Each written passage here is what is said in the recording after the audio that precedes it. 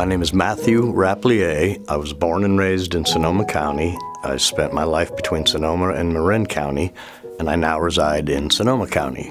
My first inspiration was my mother, and she was also an artist. She did a lot of drawings and illustrations, and she did this one technique called stipple, which was really detailed. And that really caught my eye. And then my second inspiration would have been my junior high art teacher, Mr. Bull, who allowed me to pretty much create whatever I wanted in his class. And he would give me, hints and advice with it, but gave me pretty much free rein throughout my junior high years, which was, I still have some of the pieces actually from that I created in his class. After Mr. Bull, I realized that all of these clay sculptures were all one-of-a-kind, one-time deals, and so I started sculpting things that I could recast in bronze. And so I started a series of Native Americans, which I was really interested in. I love the feathers and all of the rawhide and I'd never really researched it, so I don't know how accurate any of the outfits are, but I liked them and I had a really good time doing it. One's a chief on top of a rock, and then one is it's called Praise for the Hunt, because he has what would be a fresh kill and the weapon that they might have used, or a ceremonial weapon, and he's giving praise for the animal that they had taken and the reverence for life, and they're going to use the skin and the food and the horns and the whole thing. And so that in itself was kind of intriguing.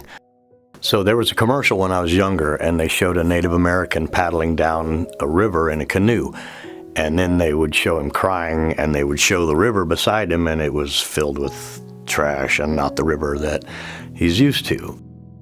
Well, when I first started doing the bronze work, it became quite expensive, so I had continued to participate as a cement mason in the construction world to pay for my art.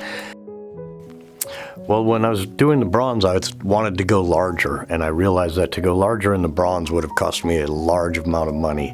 And so I wasn't able to do that, so I started purchasing the metal equipment to fabricate sculptures out of less expensive and larger metal and create more of an outdoor artwork and different, just larger versions of what I already, the style I was already leaning towards.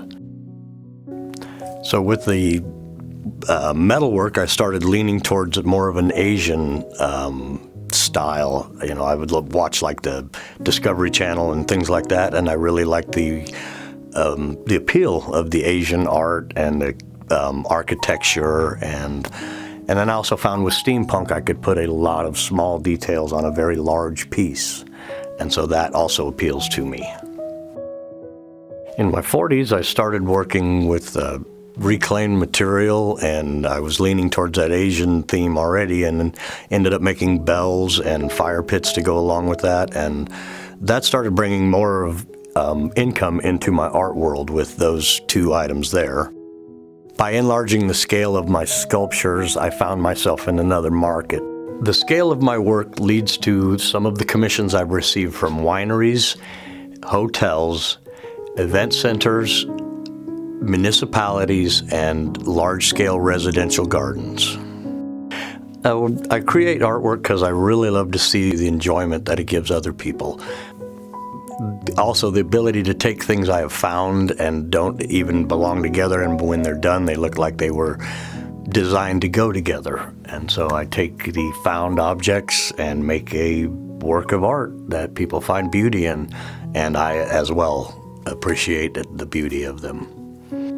Thank you for spending the time to watch my video. I really appreciate it. If you'd like to learn more about my art, please contact me. Thank you.